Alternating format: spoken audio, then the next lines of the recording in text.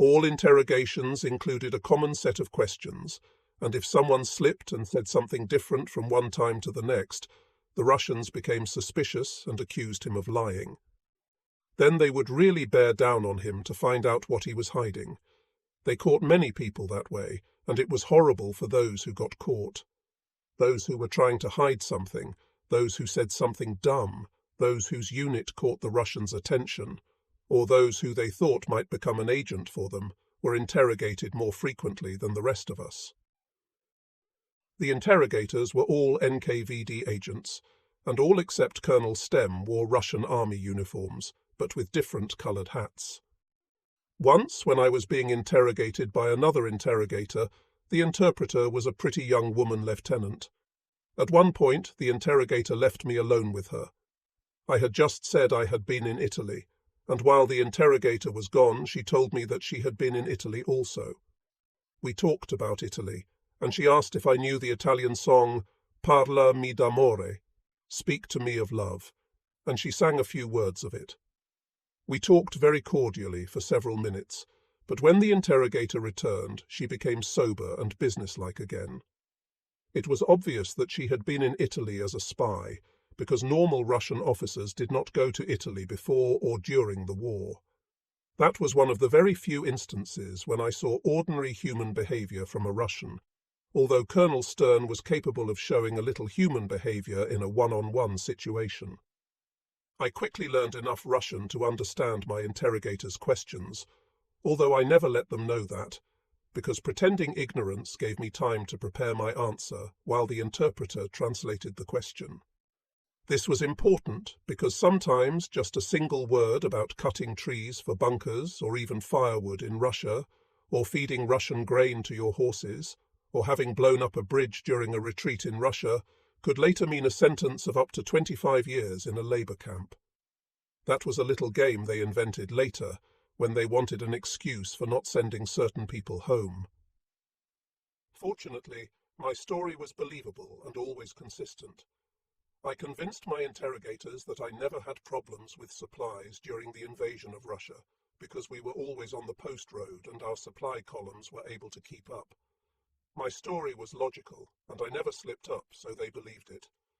I was lucky that I was always along a major supply route during the invasion of Russia, that I was in the hospital and at school a lot, and that I was never in the wrong place at the wrong time, where a village had been destroyed, for example.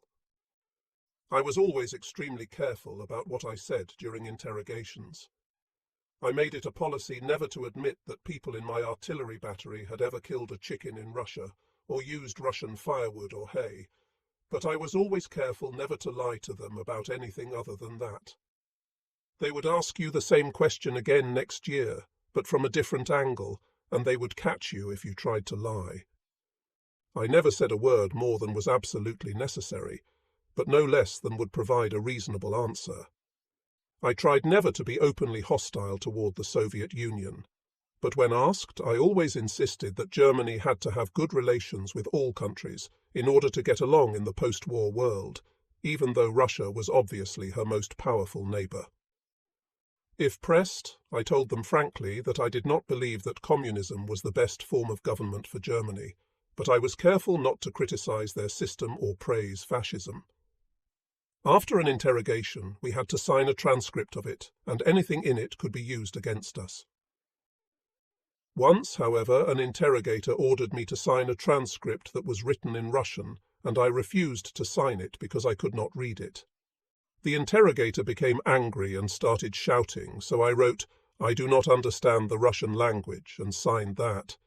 Then he got even more angry, but I refused to sign it any other way, because if I had, it could have been my death warrant.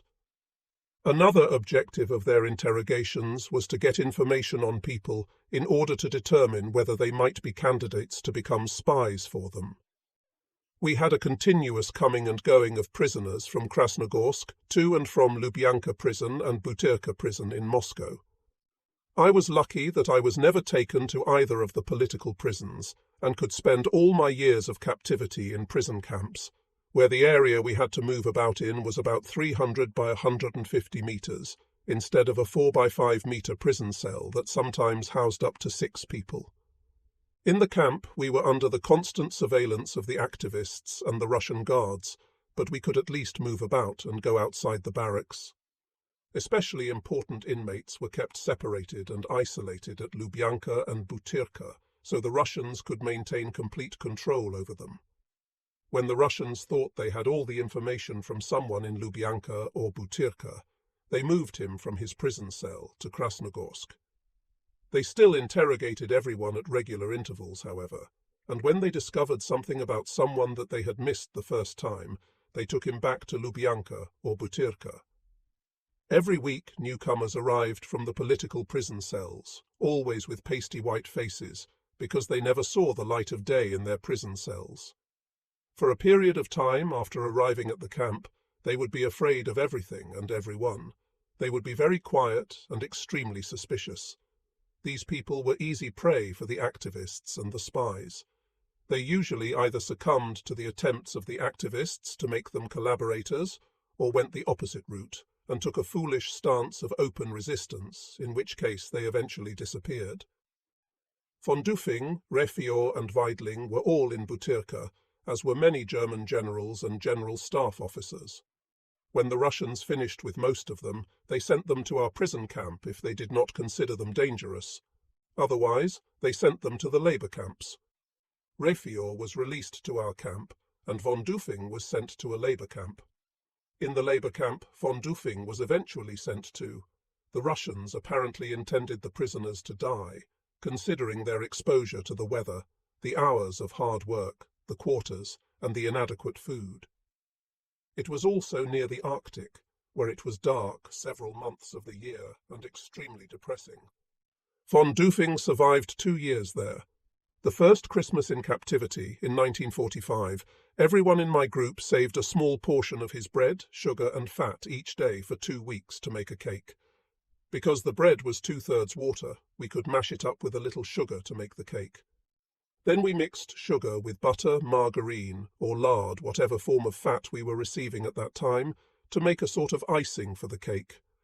Someone else in our group made the cake, and I made the icing and decoration.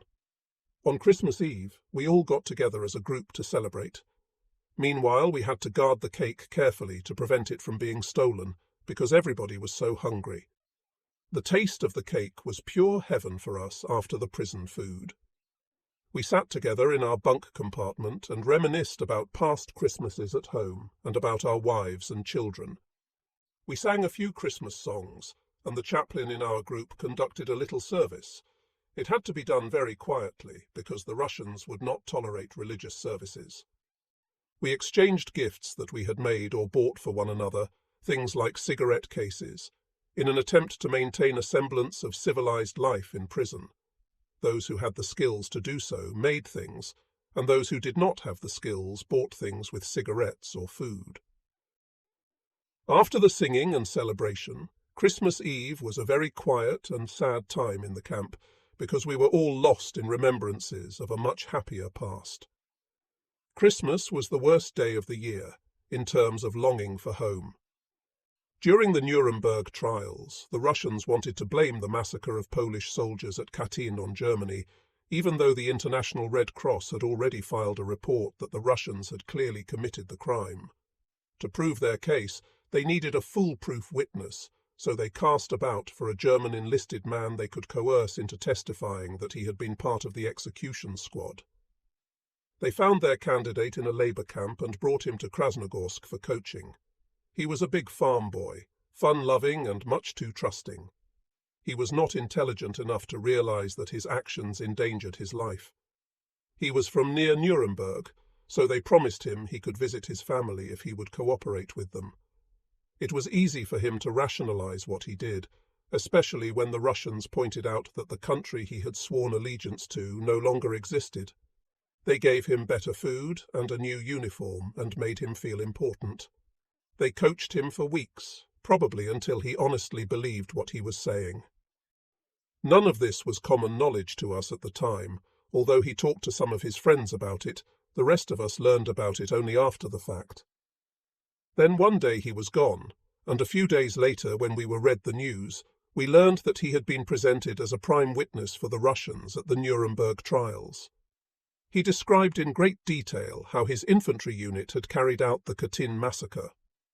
The Western countries ignored the testimony, however, because of the Red Cross records, so the elaborate lie the Russians had constructed around him did them no good.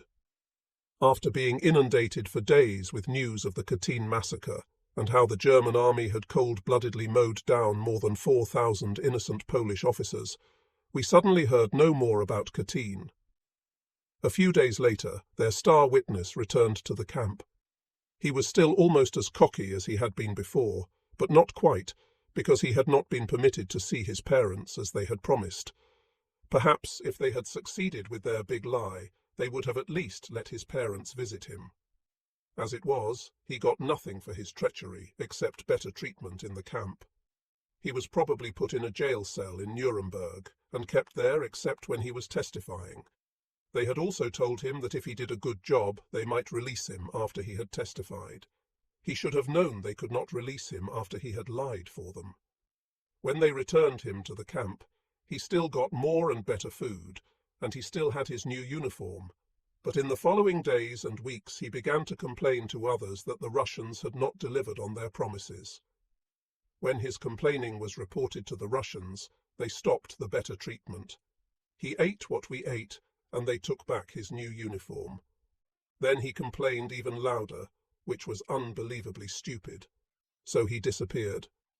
They love what a traitor can do for them, but they despise him as a person. During the Nuremberg trials, we got daily reports about what was happening. We learned the details of the Nazi extermination camps, and finally began to accept them as true, rather than just Russian propaganda. There had been unanimous skepticism among us about the extermination camp stories because of the attempts of the Russians to blame their own slaughter of Polish officers at Katyn on us. After that, we just assumed that these stories of horrible atrocities in the German concentration camps were just so much Russian propaganda. But when it became clear that the Western Allies, as well as Russia, were prosecuting the Germans responsible for the atrocities, it was evident that there might be some truth to the stories, although we still found it impossible to believe that 6 million Jews could possibly have been put to death. We knew that the Jews had been persecuted by the Nazi government, however, and that they had been rounded up and sent to concentration camps just because they were Jews. Anti-Semitism had a long history in Germany, and Hitler used it to his political advantage by blaming everything negative on the Jews. So it was not difficult for us to believe that some of the Jews might have been killed, but the figure of 6 million stretched credulity too far for us. Nevertheless, we slowly, sadly, began to realize that the Nazis had indeed committed terrible crimes against humanity. I had known about political concentration camps like Dachau, where people were sent for what was known as political re-education. But those people returned and resumed their roles in German society, and when they returned, they did not oppose the system any longer. This was common knowledge. Germany had no tradition of the freedom of speech that Americans cherish so much, and we did not see anything unusual about people being sent to Dachau for re-education, especially since it was helping to maintain stability. There were jokes about Dachau then, just as there are jokes about being sent to Siberia today. Union leaders and communists who fought against the Nazi program were sent there, as well as Jews and homosexuals. But nobody was killed there, at least that we knew of. In contemplating these things, I often went back to my teenage years in the middle 30s, when Hitler had been immensely popular with the German people, when no one in Germany could have even dreamed of the nightmares to come. Hitler had brought political and economic stability to Germany, which appealed greatly to the average German.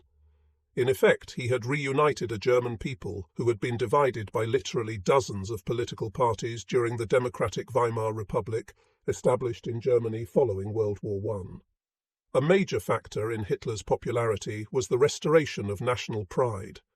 All during the 20s and early 30s, we were constantly being told by the rest of the world that we had started World War I, which we felt was not true. And this was what we got for it.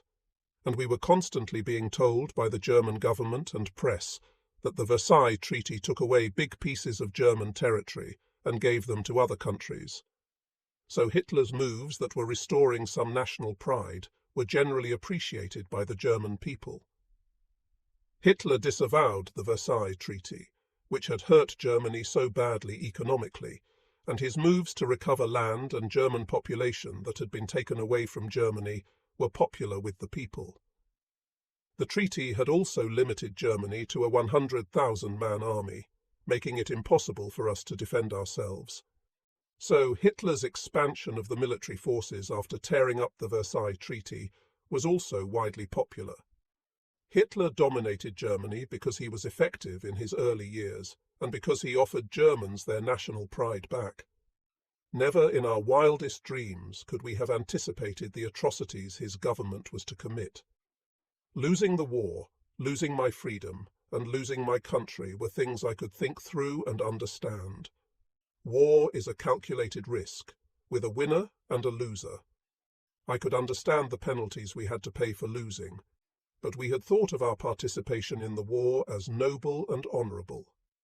Now we could only be ashamed that our noble venture to right the injustices of the Versailles Treaty and regain what we thought of as rightfully ours had led to the inhuman horrors of extermination camps. There was no way to rationalize attempting to exterminate a whole race of people. I remembered the government propaganda that there was a worldwide Jewish conspiracy to take over the positions of power in all the countries of the world. In the 1920s and 1930s, Jews held high government positions, and they were the bankers and the industrialists. They controlled much of Germany's wealth, and the propaganda ministry harped on that constantly when the Nazis took over. But even if the government had indeed felt threatened by such a Jewish conspiracy, it was madness to think that an entire race of people should be exterminated. I was sickened by this news. I finally decided that my inability to come to terms with it was going to chip away at my mental and emotional strength, which was already being tested severely, so I filed the issue away in a dark corner of my mind and did not participate in the discussions taking place on the subject. I had to accept the fact that it had happened so I could get on with the business of living, but I did not have to like it or discuss it. I simply forced myself to concentrate on the here and now so that I could survive each day as it came. As a professional soldier, I could not escape my share of the guilt, because without us, Hitler could not have done the horrible things he had done. But as a human being, I felt no guilt, because I had had no part in or knowledge of the things he had done. Having to accept that my government had, in fact, murdered huge numbers of Jews threw me into a deep depression. I still found it difficult to believe that Hitler was personally responsible for such actions, but they could not have been done without his acceptance of them. In all of my experience, only old Herr Hofer had been able to see that Hitler would lead us to ruin. "At what cost?" he had asked. I knew now that even Herr Hofer could not possibly have foreseen the horrible cost that Hitler would extract, not just from the German people, but from the world. And it was our blind and unquestioning faith in him that had enabled him to do so. The population of the camp fell politically into three groups: the indifferent majority, the opposition, and the activists. Most of the prisoners belonged to the indifferent majority. Under pressure from the activists, they would usually do what the activists wanted, but for the most part they avoided conflict and took the path of least resistance. I was part of the opposition, but we had to remain largely silent. Overt opposition could lead to our extermination for fascist activities or war crimes, but we refused to participate in anything political and refused to give reasons, and we got away with it. As long as we kept quiet, we were not tortured or singled out for abuse, except for being hassled by the German activists. The activists, who were also called anti-fascists, were open collaborators. They ran the camp and controlled the jobs. They took their orders from the Russians, reported to the Russians, and spied for the Russians. The Russians called the activists Nachalnik, meaning chief or superior, and we called them that sometimes. If we wanted anything from the Russians, such as alleviation of the bedbug problem, we had to ask the activists instead of the Russians, because only the activists could talk to the Russians. To maintain their standing as activists and therefore retain their privileges of more and better food and all-around better treatment, they were required to acknowledge, accept and espouse the Russian point of view on everything. Some activists were not as radical as others and tried to maintain a relatively good relationship with members of the opposition by discussing things objectively. Mostly these were people whose families lived in the Russian occupation zone of Germany and who felt they had no choice but to go along to some degree, but they wanted to avoid the label traitor, which the opposition gave to activists. A smaller group of the activists were real agitators for the Russians. They did the political work, were barrack commanders, propagandists, etc. They praised and made excuses for everything that came from the Russian authorities. Only in very rare cases were these people actually converted communists.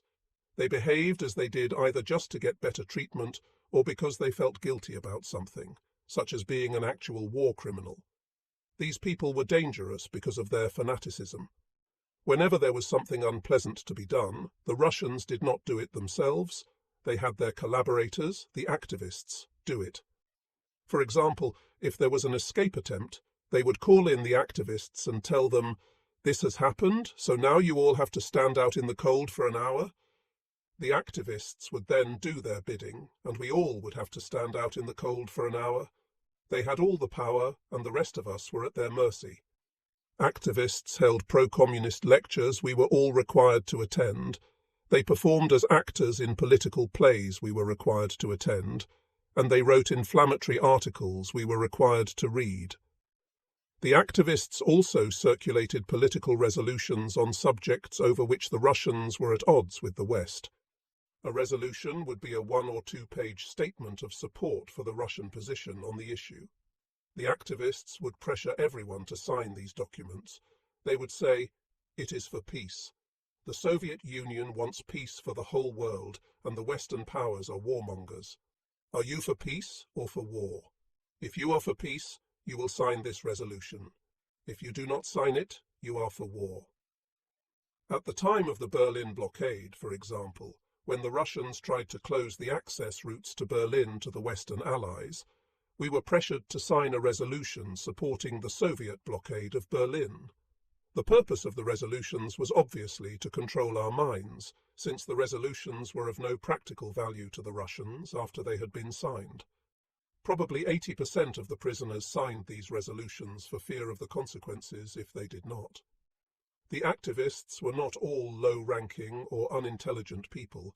Some of them were generals and PhDs. In fact, they were often the worst of the lot. A Dr. Naroki, for example, was one of the more active and dangerous of them. He harangued prisoners to sign resolutions and worked constantly to agitate other prisoners and convert them to collaborators for the Russians. A former university professor, he was in the camp because the Russians perceived him as an intellectual and therefore potentially dangerous, and he was determined to convince them that they had nothing to fear from him. He outperformed the Russians in his propaganda attempts. He was completely self-serving and disdainful of everyone else. Supercilious and arrogant, he seemed to have learned nothing from Germany's defeat. He looked forward to a high-ranking job for himself in the communist regime in East Germany after his release. Another such activist was my barrack commander, General Major Bamler, who had been a general staff officer in intelligence work in peacetime and during the early part of the war.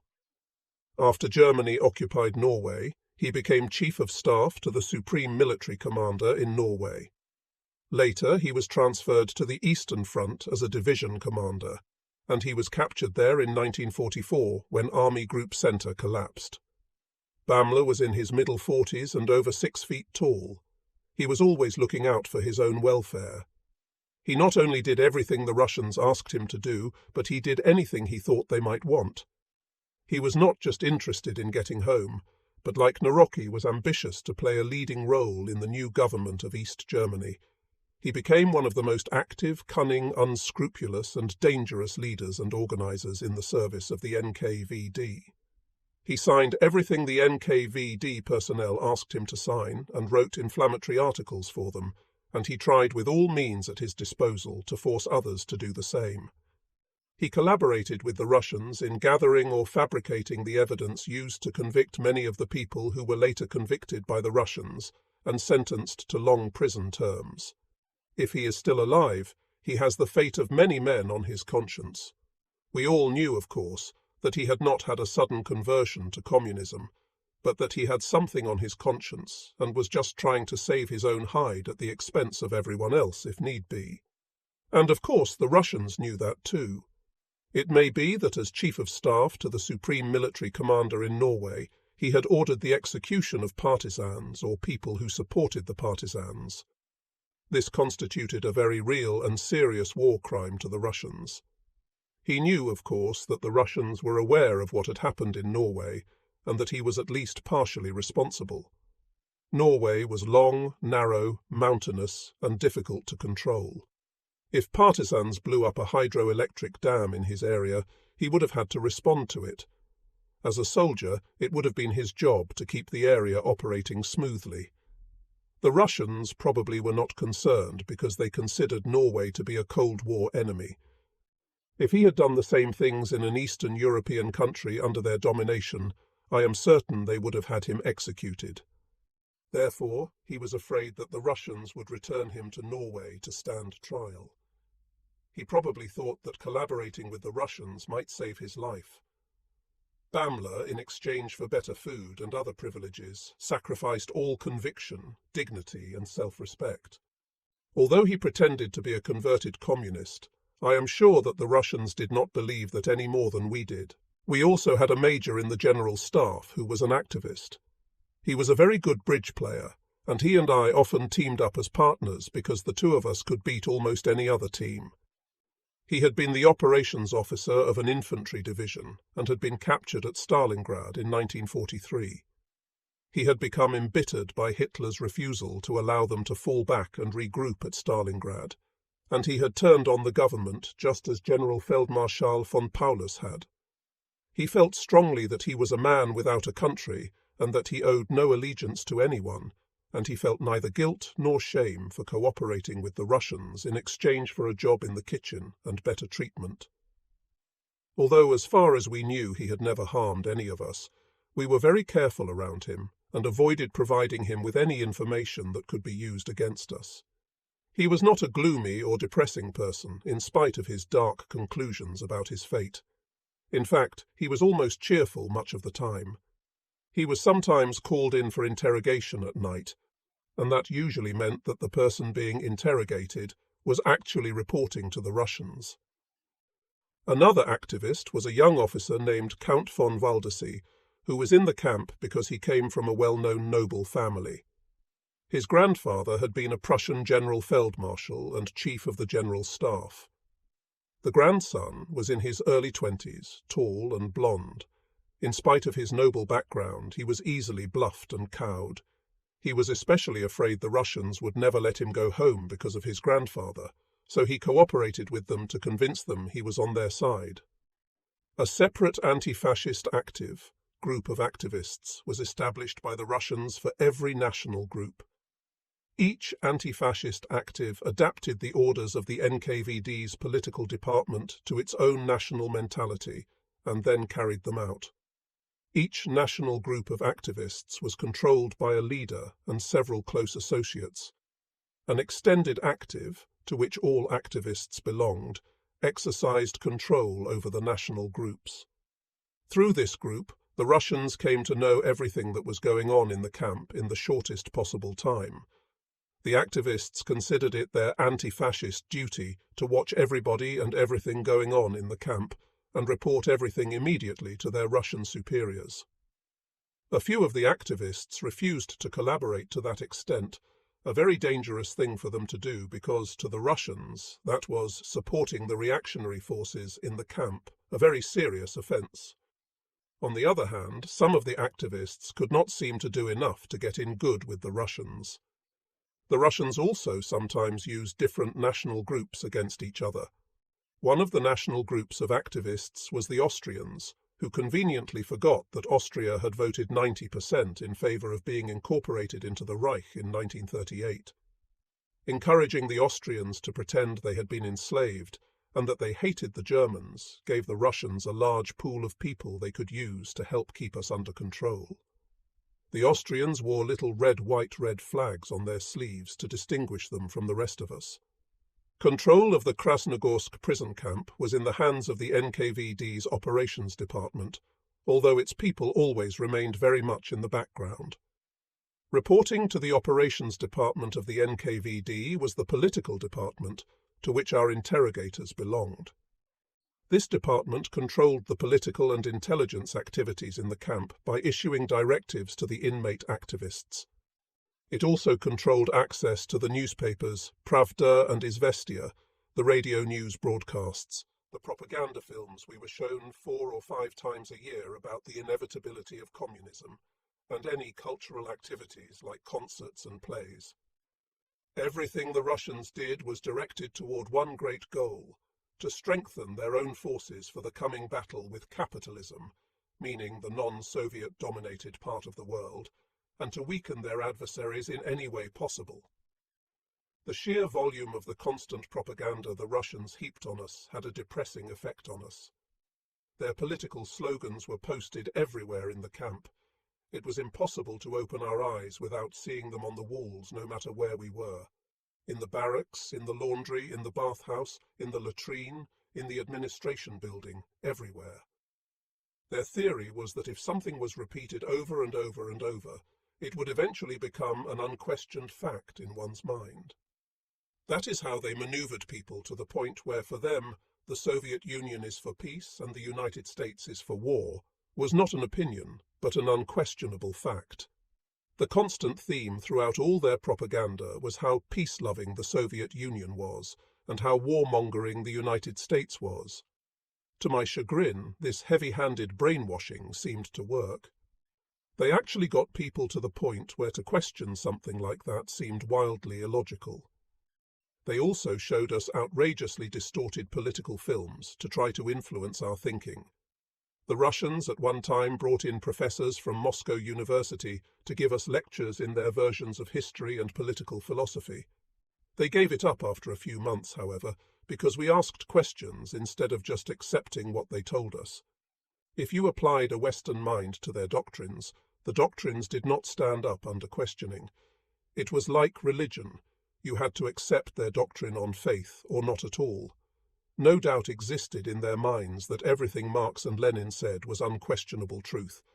It was impossible in their minds for either man to have been wrong. We found that they were so incredibly set in their thinking that they could not even comprehend that other people could think differently. When we pointed out fallacies in their logic, they could not cope with it. They felt ridiculed by our questions and our insisting on logic. We had professors of their own rank among us who posed questions they could not even comprehend because of the mental straitjacket in which they had bound their minds. So they discontinued their series of political lectures, although they had apparently found such lectures successful with German communists. All the people who formed the first East German government had been given this kind of education in the same camp we were in before it had been converted to a prison camp. The difference was that the German communists blindly accepted their theories on faith, and we did not. The Russians' main objective seemed to be to produce spies who would work for them after returning home. They were looking to the future. They wanted people they could blackmail, who would return to West Germany or other Western countries and appear to be beyond suspicion, and could therefore get into important positions. The more important the victim's former position, the greater his intellectual powers, and the more unsuspected his political conduct during captivity, the more valuable they felt he was to them. But the victim first had to be made to cooperate. They tried especially to recruit people who had never been sympathetic to the communist cause, because they would be less suspect back in their home communities. We were able to gain some insight into the recruitment methods used by the Russian intelligence service from our own experiences during interrogations, from conversations with other prisoners, and from direct observation of people and events. The clandestine informers, as opposed to the known activists, were coerced to play another role in addition to spying for the Russians. to select from among their fellow prisoners those who might be suitable for future deployment as Russian agents once they had been returned home. In this role, they tried to find out about a potential victim's family and financial circumstances, as well as his ideological attitudes, all this in order to draw conclusions about whether he could be coerced to work later as an agent for the Soviet Union. The final decision about such a person was made by the Russians, of course, but all the preparatory work was done by German informers. Only very clever informers who had a profound knowledge of human nature and the trust of the Russians were suitable for such work. With the help of the activists and the other informers, the Russians had no difficulty getting sworn, but false written testimony against any prisoner, based on which the prisoner could be convicted for war crimes, not only in Russian courts, but even in the courts of the prisoner's own country. After they had selected a victim by close scrutiny of his qualifications, the Russians put him under steadily increasing pressure until he thought the only way he could go on living was to sign the document they wanted him to sign. The document always incriminated some innocent fellow prisoner of a false war crime, but exonerated the victim himself. Of course, the victim knew that others had signed similar documents incriminating him. If necessary, the Russians would show him the documents that incriminated him falsely. Once this had been accomplished, the victim was asked whether he would be willing to perform certain tasks for them upon returning home. If he refused to cooperate now, he would disappear into the Russian penal camps, from which he would not return. If he refused to cooperate after he had returned home, the Russians would produce the signed documents that would convict him in the courts of law in his own country. The Russians found it easy to put us under pressure. We had invaded Russia, and they constantly preached to us that we were war criminals. It never stopped. We did not invite you here. You invaded Russia. You are all war criminals. And it was true that we had invaded Russia. We could not deny it. We were not responsible for our government's decision to invade, but we certainly could not deny that Germany had started the war against Russia and that we had been our government's instrument of war. We knew they could do whatever they wanted to us. We were completely at their mercy. Their murder of over 4,000 Polish officers at Katyn was a chilling reminder of what they were capable of, and our feeling of utter helplessness was overpowering.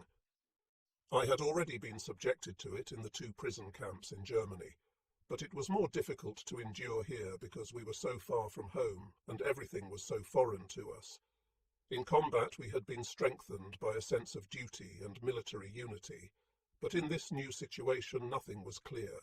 There were no rules, and everything had to be learned by trial and error.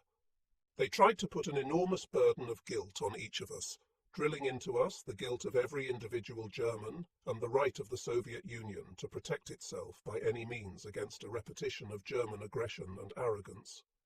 Of course, Russia had actually done to Poland, Latvia, Estonia and Lithuania what Germany had only attempted to do to Russia, but we tactfully did not point this out to them. We were constantly reminded that it was only due to the unprecedented generosity of the Soviet government that we were allowed to live at all. The Russians preferred people without strong political convictions. Although such people would never be avid Marxists, neither would they be fanatical in their opposition to Soviet policies and objectives, so they would not risk everything in order to harm the Soviet Union. To pressure people to agree to cooperate with them, the Russians employed various tactics. These included keeping individuals in solitary confinement for extended periods, sometimes in complete darkness, withholding food for long stretches, and conducting relentless interrogations that lasted for days without rest or sleep, with shifts of interrogators working around the clock. One such individual subjected to such treatment was Oberst Heigl, who had served in intelligence in the Luftwaffe. His father's background in the German military mission in Madrid and his fluency in Spanish made him a target for Russian recruitment as a spy. Despite his naturally cheerful disposition, Heigl found himself despondent due to the incessant interrogations and pressure exerted on him. Solitary confinement and deprivation left him pale, disoriented, and subdued. His fellow prisoners understood the psychological torment he endured and the internal struggle he faced. Hunger, desperation, fear, and hopelessness proved effective in breaking many prisoners. The effects of hunger varied among individuals. Some became fixated on food, ultimately surrendering their pride. The prison environment revealed unexpected behaviors in individuals, irrespective of their past war records. Even decorated war heroes succumbed to the psychological stress of captivity. Luftwaffe fighter pilot Oberstleutnant Graf, renowned for downing nearly 400 enemy aircraft, found himself unable to endure prison life and complied with Russian demands out of fear of reprisal. While he rationalized his actions, his cooperation eroded both his self-respect and the respect of his peers. Graf's involvement in propagandist activities, such as lending his name to articles praising the Russian Air Force, tarnished his reputation further. Despite his intelligence, Graf's actions damaged his own esteem and that of his fellow prisoners. His compliance bolstered Russian propaganda efforts and boosted the confidence of their fighter pilots, though it did not alter the stark reality of the Western forces' superiority. Graf's decision to collaborate stemmed from fear rather than coercion, contradicting the belief that collaboration was necessary for survival.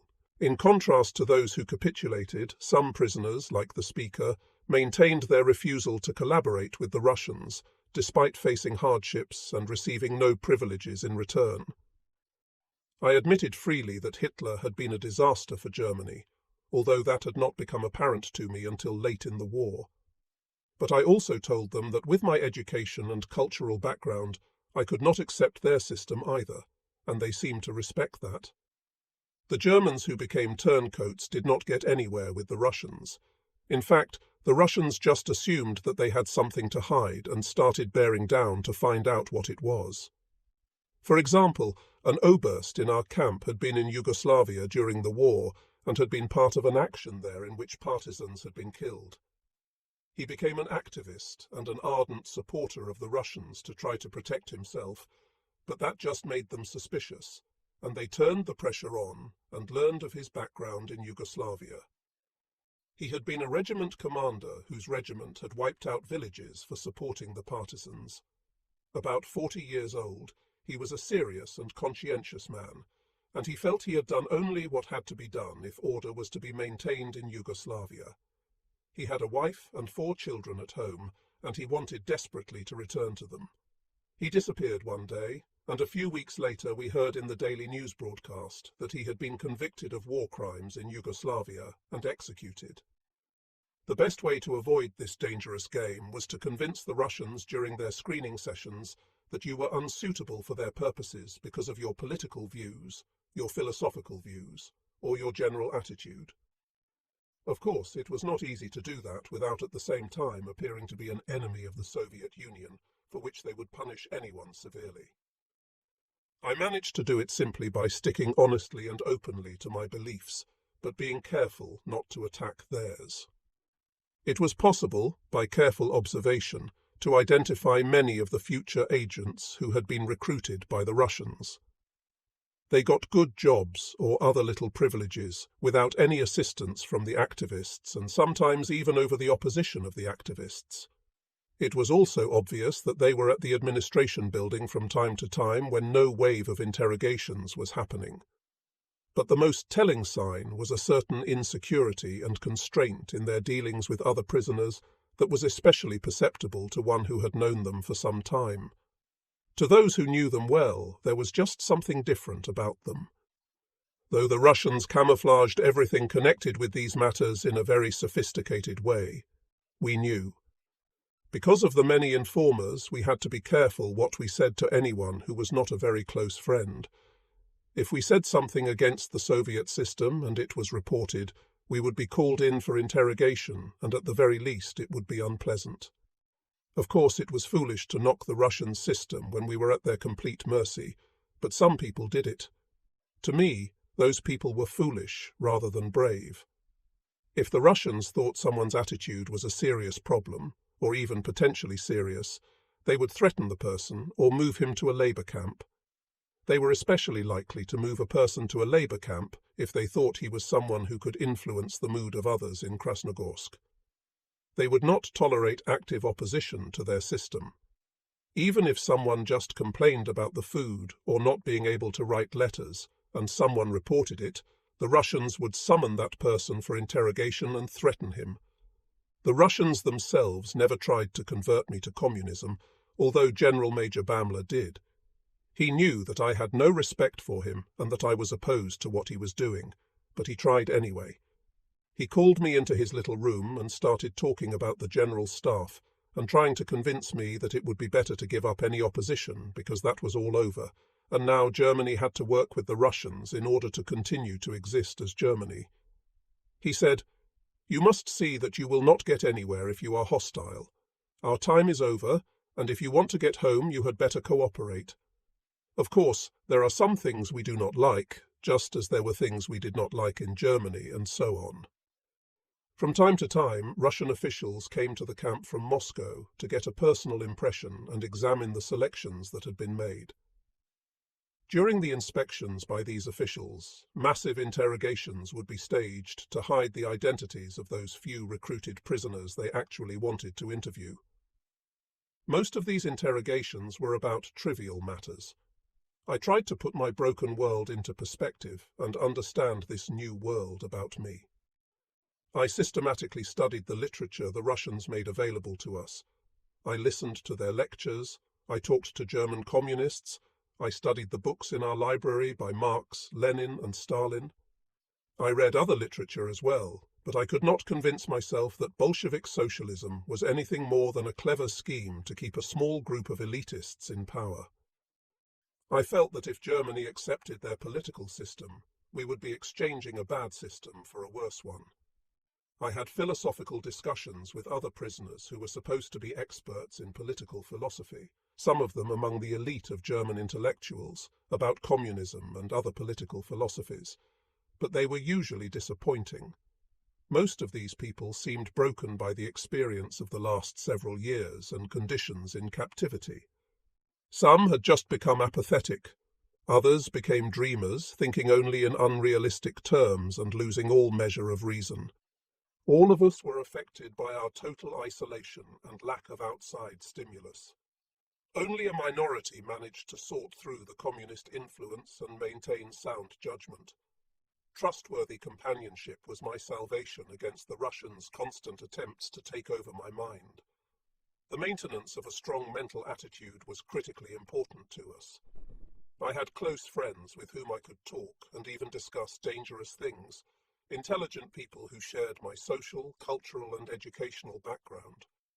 When one of us tended to become negative or defeatist, the rest of us would sense it and move to help that person overcome his mood. Also very important to maintaining a healthy and independent mind was having access to the other intelligent and stimulating people who populated the camp. The value of being with such people was worth more than a larger food ration.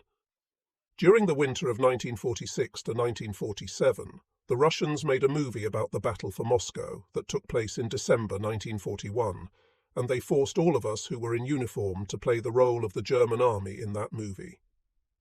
Having been part of the real battle, I was not a willing participant in their movie, but of course I had no choice. They set up propeller-driven airplanes to whip the snow into our faces and create the effect of a winter gale.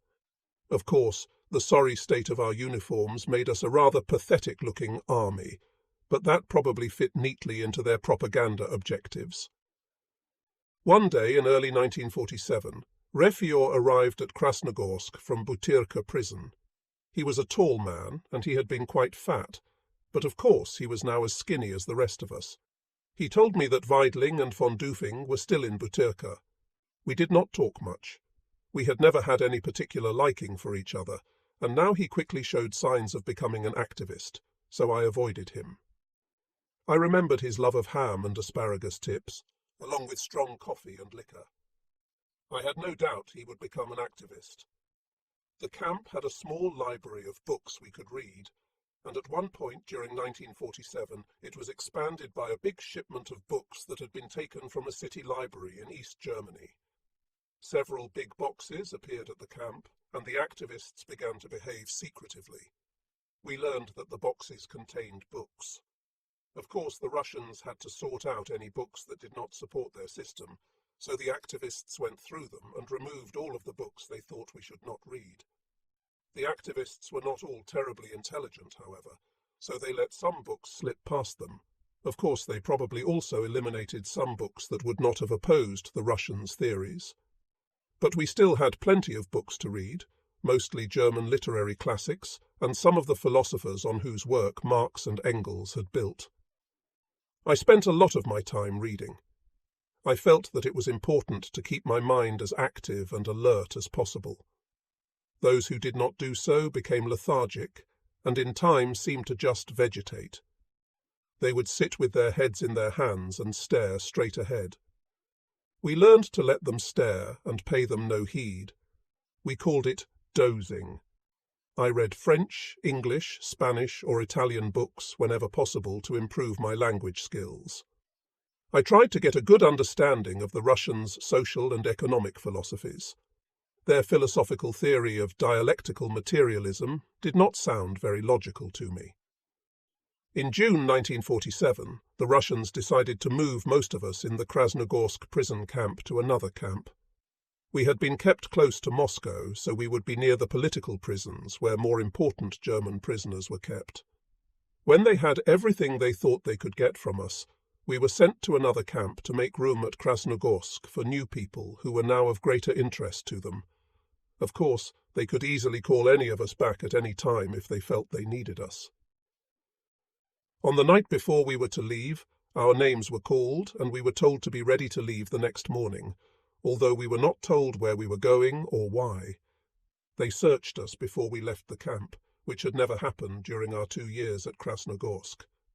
It was not a matter of guards taking watches and rings and anything of value, although there were a few instances of a guard seeing something he liked and taking it, saying, "Not allowed." They were looking for written material. The Russians were always terrified of the power of the written word. They feared our minds. Russian soldiers marched us to railroad tracks, where we waited for a train to arrive. A freight train finally arrived, and we were loaded aboard it. The boxcars did not have windows, but they had ventilation slits near the roof that let in a little light. Straw had been spread on the floor for us to sit and lie down on, and a toilet, a bucket under a board with a hole in it, was in the middle of each car. Probably 500 of us boarded the train, with perhaps 40 in a car. The Russian boxcars were bigger than they were in Western European countries because they had wider tracks. We were on the train for 2 days, stopping at villages for food and water. We disembarked at a railroad station in the region of Tambov, approximately halfway between Moscow and Stalingrad. We then marched an hour and a half from the railroad station to the new camp, which was called Morshansk. There we were searched again and assigned to barracks. Morshansk, which was in a large forest, was larger than the Krasnogorsk camp, but it was also more primitive. All the buildings, for example, were made of logs. The character of the camp was the same as that of Krasnogorsk. It was not a labour camp, but a political camp that specialised in psychological pressure. The barracks were not quite as crowded because it was a larger camp, and there was a little more space in which to walk and jog. In addition to the 500 or so of us, Morshansk hid several thousand Japanese soldiers, about 100 Polish prisoners, and perhaps 100 German women prisoners, in a separate part of the camp. We continued on our slow journey to starvation with the same fare we had received at Krasnogorsk, and of course the same German activists who had ruled us at Krasnogorsk continued to do so at Morshansk. As far as our daily routine was concerned, Morshansk was identical to Krasnogorsk. Our lives were impoverished not only by our loss of freedom, but also by the monotony of our routine. The passage of time, in effect, stopped for us as we watched the days, the weeks, the months, and the years slip away meaninglessly. In the outside world, a normal human being would be going through changes that would constitute progress in his life. In the camp, we had to make an effort to keep from stagnating, although compared to the labour camps, our stagnation was probably luxurious. When a person follows the same daily routine starting in the morning, and almost before I realized it, I would find myself in the afternoon. Then twilight would fill the land with shadows, and the morning would have suddenly turned to evening. At times I wondered whether I had spent the day in a trance, and at those times I sometimes questioned my own sanity. Then I would force myself to concentrate more on engaging in activities, chess, bridge, lectures, crafts. Although a day was 24 hours, it equaled nothing. A month was no time at all in our lives. The end of one year and the beginning of the next were as alike to us as any other 2 days selected at random. Thus did the years pass. We did not keep a conscious count of time, as does the person who values it. Our lives were so regimented and routine that at times I wondered whether any of us would ever again be able to function in a society that required us to be responsible for ourselves. We lived a hermetic existence within a timeless vacuum. Yet I found it a learning experience. I feel that I gained an understanding of life that I would not have acquired under normal circumstances, especially the value of patience. At the end of 1947, the Russians sent some of the older prisoners home, and Count Schwerin was among them. I was very happy for him. He planned to go to Bremen, and he offered to help me get a start there if I was ever released and could get to West Germany. We stayed at Moshansk until the middle of 1948, and then we were moved again, this time to Mikhailovka, about 400 kilometers northeast of Moscow. As always, we were not told why we were being sent there. It was near Gorky, on the Volga River. Physical living conditions were better here than they had been at Moshansk, but the psychological pressure got worse. For example, we were denied our semi-annual postcards the first year we were there. Mikhailovka held about 1,000 prisoners, and here there were no civilians or enlisted men, only German officers. Mikhailovka was neither as spacious as Moshansk, nor as crowded as Krasnogorsk. Although our interrogations continued at Mikhailovka, nothing out of the ordinary occurred at first. I was not forced to work in any of the camps, but at Mikhailovka the Russians asked sometimes whether anybody wanted to go to a little island in the Volga River to cut reeds for baskets. Some of those who had gone came back and said it was interesting, that it was not much work, and that you could swim in the Volga. So some friends and I volunteered. We had to march perhaps an hour with a few guards to get there. It was almost like an excursion from school. The guards were friendly, and when we arrived we had to cut only as many reeds as we could carry back, and then we were free to swim. It was something different, and it was the only time I did that. At one time during the year and a half that we spent at Mikhailovka, about 40 senior officers were taken to a much smaller camp at Ivanovo, not too far away. I was among the selected group. We went by train, as usual, but because 40 of us were not enough for a special train, we went by commercial train. When we had to change trains, we had to wait about 2 hours for the second train to arrive. We were accompanied by a Russian captain and a non-commissioned officer. The captain left us at the station with the non-com and disappeared into the village. On the other side of the tracks was another platform with about 40 Russian civilian prisoners, men, women and children. They had at least 12 guards with submachine guns, and they were not allowed to move at all. And here we were, all young men, with only one guard. Of course, there was no place for us to go, many hundreds of kilometers from any other country, and with the language barrier, escape would have been impossible. But it was terrible to see the way they treated their own people. They were surely political prisoners, since so many were women and children. Then we arrived at the camp near Ivanovo and learned that we were there to work. Most of us refused because of the Stalin order, which we quoted to them. They thought we would prefer to work because the camp was just one barrack with a fence around it, and we had nothing whatever to do if we did not work. But most of us refused on principle. The Russians did not harass us. Those who wanted to work did, and the rest of us did not.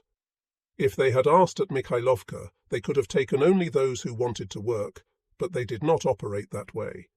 It was apparently just a temporary thing they wanted done, and we were there for less than 2 months. Beginning in early 1949, we were finally allowed to receive letters. We could not write them, but we could receive them. Since Lilo was in East Germany, she knew she could write to me because the Russians publicized how generous they were being. For a while, she could write to me once a month, but I never received all of her letters because the Russians used them as a weapon against us. If someone did something the Russians did not like, they would tell him when a letter arrived from his wife, but they would not give it to him. They also used this as a form of coercion to get people to cooperate with them, and they used the letters, including those they never gave us, to gather information about what people were thinking in Germany. They also censored our mail, deleting anything negative about them or their system. If Lilo wrote anything about hunger in East Germany, for example, they would either cut it out or not give me the letter. After we had been at Mikhailovka about a year, a rumor circulated through the camp that a military commission was coming from Moscow to put some of us on trial for war crimes. The rumor was true. The camp commander was very nervous about the arrival of the commission, because the arrival of such a commission from Moscow was always important. Everything had to be cleaned, like a military installation before an inspection. The trials began during the summer of 1949. The Russians, of course, were not humane enough to post the names of those who would be tried, so each of us would know from the outset whether he was on the list. Instead, they called only a small group at a time, and the people in the group went in one at a time. This went on for weeks, with everyone under the stress of not knowing whether he would be in the next group. Fortunately, I was not called for trial. Of the 1,000 prisoners at Mikhailovka, about half were called for trial, mostly senior officers.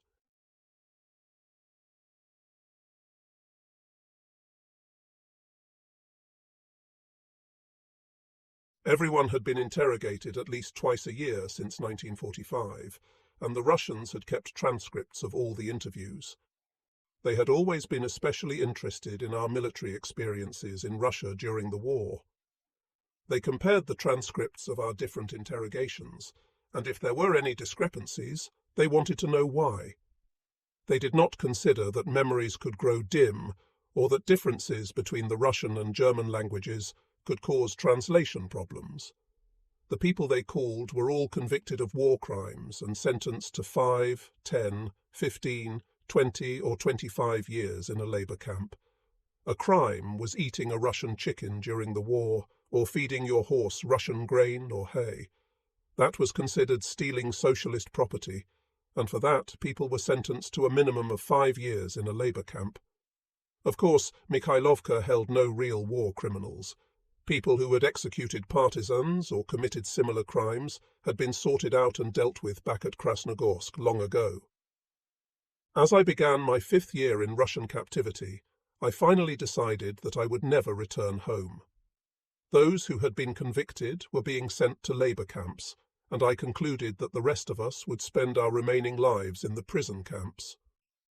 I, therefore, decided to learn the Russian language properly. Most of us knew some of the language, the daily things you had to know just to survive. If you were going to another camp, for example, you had to be able to understand what the Russian soldiers wanted you to do, so you did not get shot for not following orders. Now I decided to learn the Russian language systematically, grammar and all.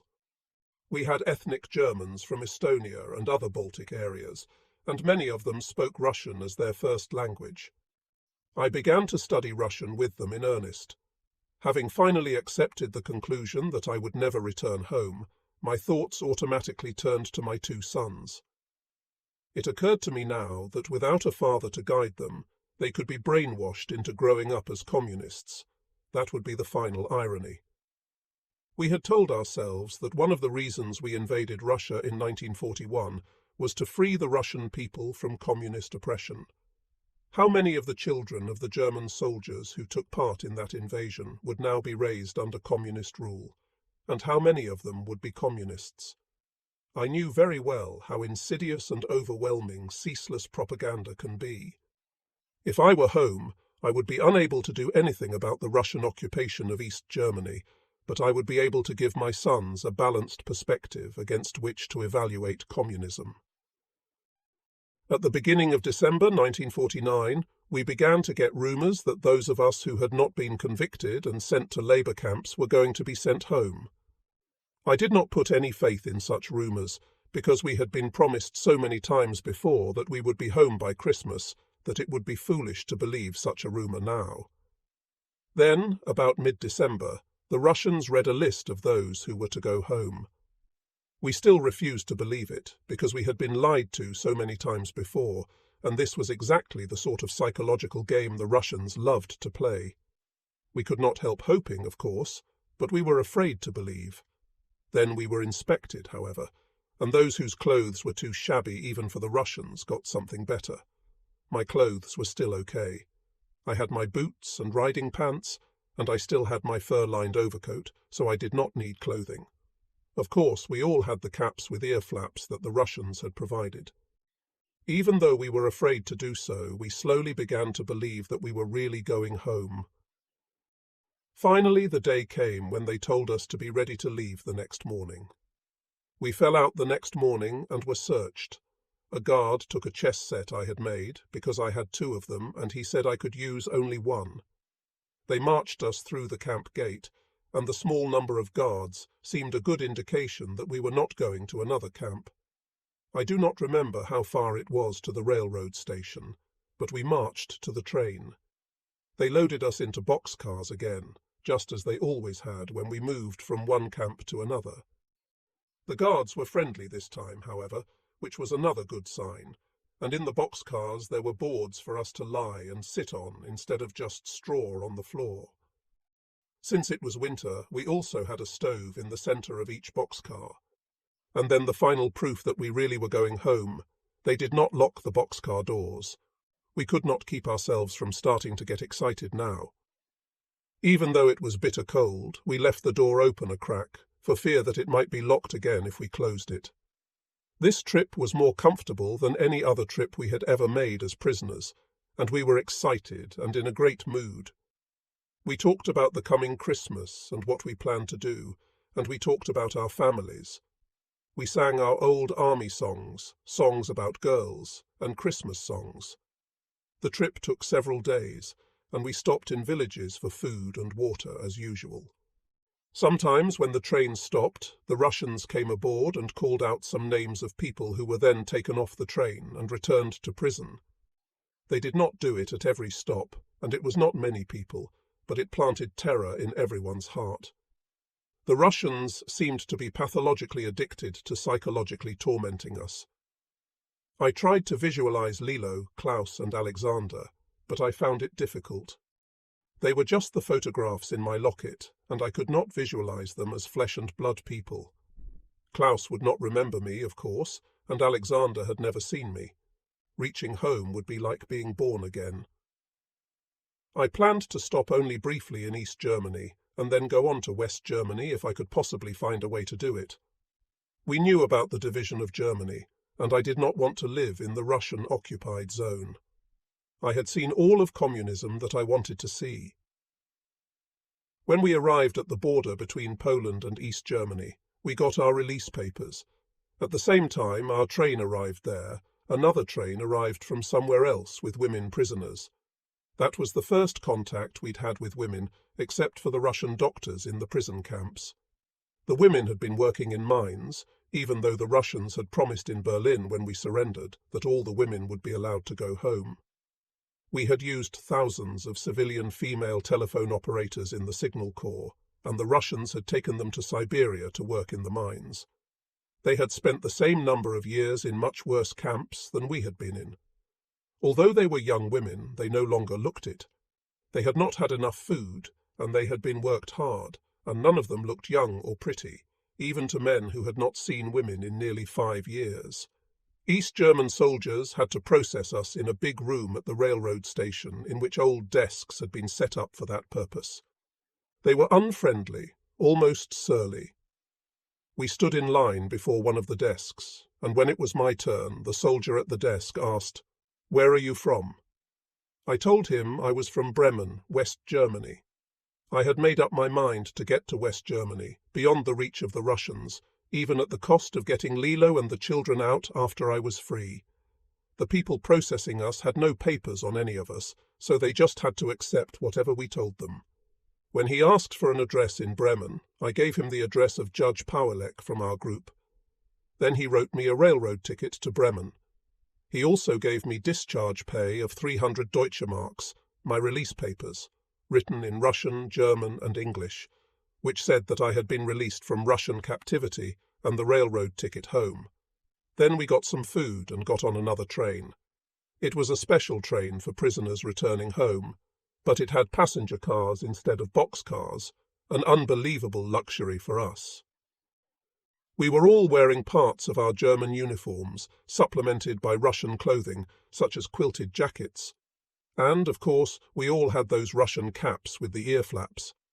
I was wearing the same uniform, boots, riding breeches, blouse, I had worn into captivity except for my cap. In addition to the chess set I had made, I also had a cigarette case carved from juniper wood, the fold-out picture frame a friend had made and given me for Christmas one year, and a little box made of aluminum that someone had made, and I had won in a chess tournament. It was engraved, Chess Master of Krasnogorsk. The East German soldiers were overworked, because 2 trains of prisoners had arrived at the same time, and they had a huge job just to process us. We were the first group of senior officers and the first general staff officers the Russians had released.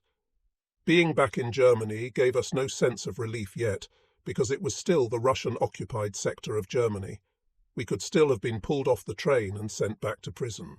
The prisoner train I was taking to Helmstedt, at the border between East and West Germany, stopped at Leipzig, because it was a rail centre. Entering the suburbs of Leipzig was like flashing back to my childhood. Always when I had returned from summer vacations as a child, the most exciting thing about getting back home was the familiar experience of seeing the first Leipzig streetcar. The streetcars of different German cities were different colours and shapes, so a city could be identified by its streetcars. Leipzig streetcars were still green and beige. When I saw the first one, I was overwhelmed with emotion. I knew I was home, and all those childhood memories came rushing back. Familiar buildings began to appear, and finally the familiar old platform at the railroad station. The station, like much of the city, was still very much damaged from the war. Coming through the suburbs, we saw many destroyed and damaged houses, even now, 4.5 years after the end of the war. Leipzig was a 1-hour food stop for the special prisoner train I was on. I talked to the railroad people and learned that a prisoner train was scheduled through Leipzig to Helmstedt every day for the next several days, and that I could catch it any day. If I tried to use my special train ticket, strictly for prisoners of war, for any other train, it could have been dangerous, but I could use it for another prisoner of war train. Since there were no guards in charge of us or the train, I decided to catch another train on another day, but I planned to go to the station every day to make sure the prisoner trains were continuing. I went to my mother's apartment so I could take a bath and change to decent civilian clothes before going to Lilo's apartment. My mother did not expect me, of course. I had no way to let anyone know I was coming home.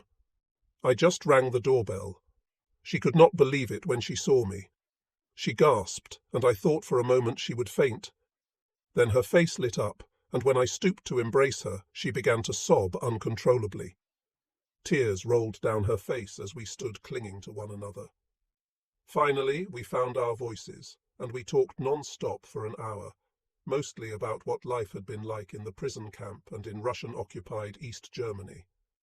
I bathed and changed into some of my old civilian clothes that I had left at my mother's house so many years ago. It seemed unreal to see my old clothes, which now hung loosely on me. This whole experience had the quality of a dream rather than reality. My mother fixed a meal of cold cuts and cheese with bread and butter and real tea. Food had never tasted so good in my entire life. There was no full telephone service yet in East Germany.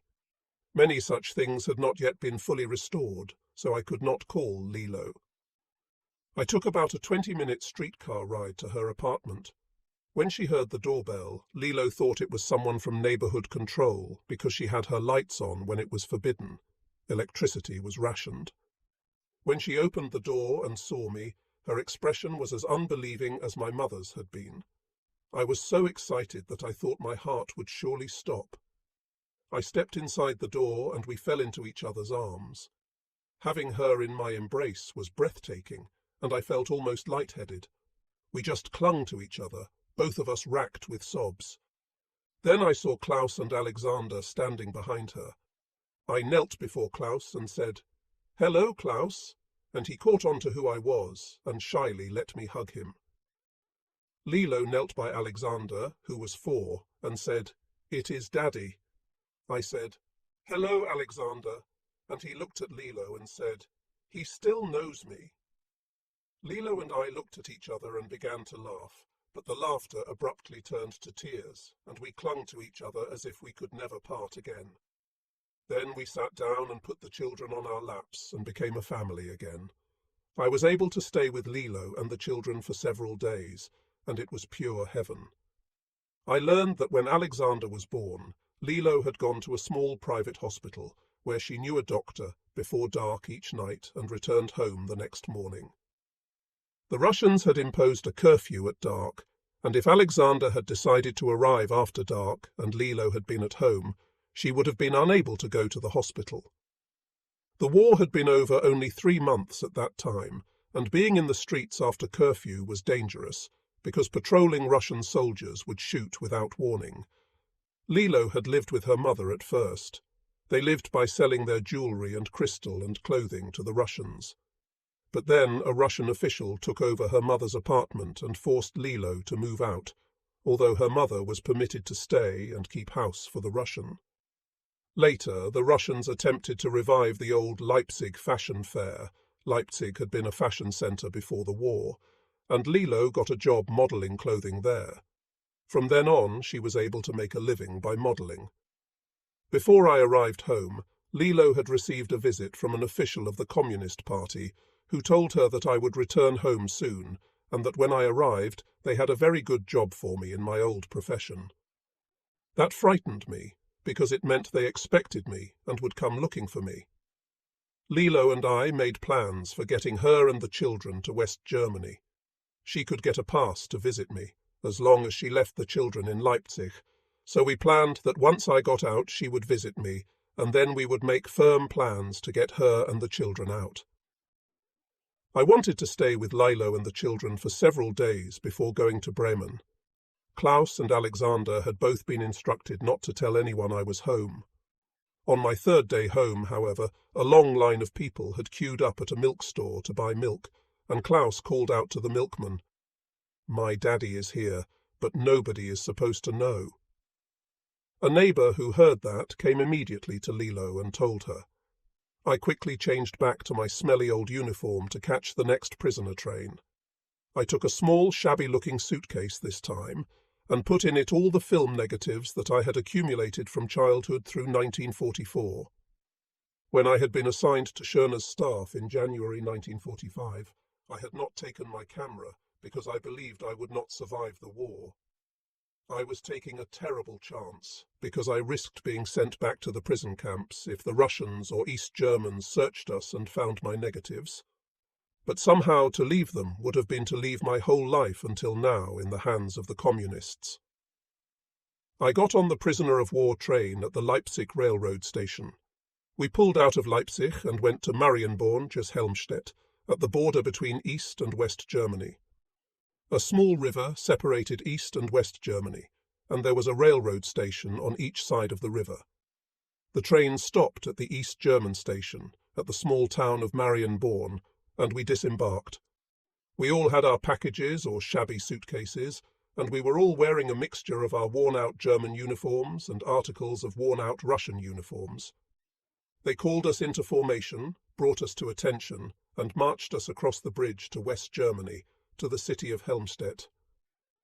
The tension mounted in each of us individually, and in all of us as a group as we crossed the bridge, because once across that bridge we knew we were beyond the control of the Russians, and they could no longer pull us out of the column and send us back to a prison camp. When the front of the column cleared the far end of the bridge, the liberated prisoners broke ranks and began to cheer. As the end of the column melted into the cheering throng on the other side, we all spontaneously, almost as if on command, jerked off our Russian caps and, with a deafening cheer, heaved them into the river. From Helmstedt, West Germany, we went by train to a hospital near Bremen for a medical checkup. I was 30 pounds underweight and suffering from severe protein deficiency. Von Berkersrode was also at the hospital, having arrived several days earlier with our original train. We stayed in the hospital 3 weeks while the staff fattened us up. Lilo obtained a passport to visit me at the hospital, and we made plans to get her and the children out of East Germany. Children did not need a passport to travel between East and West Germany, but adults did. Our plan was for her to send Luaus to me, and then I would send her a telegram that Klaus was deathly ill and she should come immediately. The plan, of course, was that she would bring Alexander with her. When I was released from the hospital, I looked up Count Schwerin, who had been released 2 years earlier and had established a business in Bremen. He gave me a job in his business, and when I was established with a job and a place to live, Lilo sent Klaus to me. Since I had only a sleeping room and Klaus had to go to school, I found a family who was willing to board him for me until Lilo and Alexander could join us. Then, as planned, I sent Lilo the telegram that Klaus was deathly ill and she should come immediately. The East German government refused to give her a passport, however, until she produced an affidavit from the physician attending Klaus. I found a physician who was willing to give me such an affidavit, and Lilo got her passport. By now, the East German government was requiring passports for children, however, and they refused to grant one to Alexander. So Lilo had to leave Alexander with my mother when she joined Klaus and me in Bremen. It took us 1 full year to free Alexander from the clutches of the East German government. My mother badgered the passport officials every day their office was open for the entire year until she wore them down. They finally found a loophole that enabled them to get rid of this pesky woman, the fact that I had been born in Brunsbüttel, which was now in West Germany. Finally, we were all permanently together. In April 1951, with financial assistance from the West German government, I entered the University of Rastasil, near Bremen. 1 year later, in April 1952, Sylvia, our first daughter, was born. In September 1952, I went as an exchange student to Antioch College in Yellow Springs, Ohio. During the year I was at Antioch College, I recruited sponsors for my eventual return to the United States. I was determined to get myself and my family as far from communist rule as possible, both geographically and ideologically. I returned to Bremen in 1953 and received my diploma in April 1954. I returned to the United States late in June 1954 with my family on an immigration visa. After working briefly on a construction crew in Yellow Springs, Ohio, I joined the international division of a large corporation in early 1955. I retired in 1983 at the age of 66. General Weidling died in 1955 in Butyrka prison in Moscow, according to von Dufing. Oberst von Dufing spent 10 years in Russian captivity and was released in 1955. His first 2 years in Russia were spent at Butyrka prison.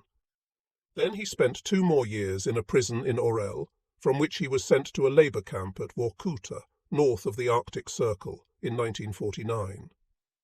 On the way to Vorkuta, he met Raoul von Wallenberg, the Swedish diplomat imprisoned by the Russians at the end of the war. The Russians had claimed he died in 1947.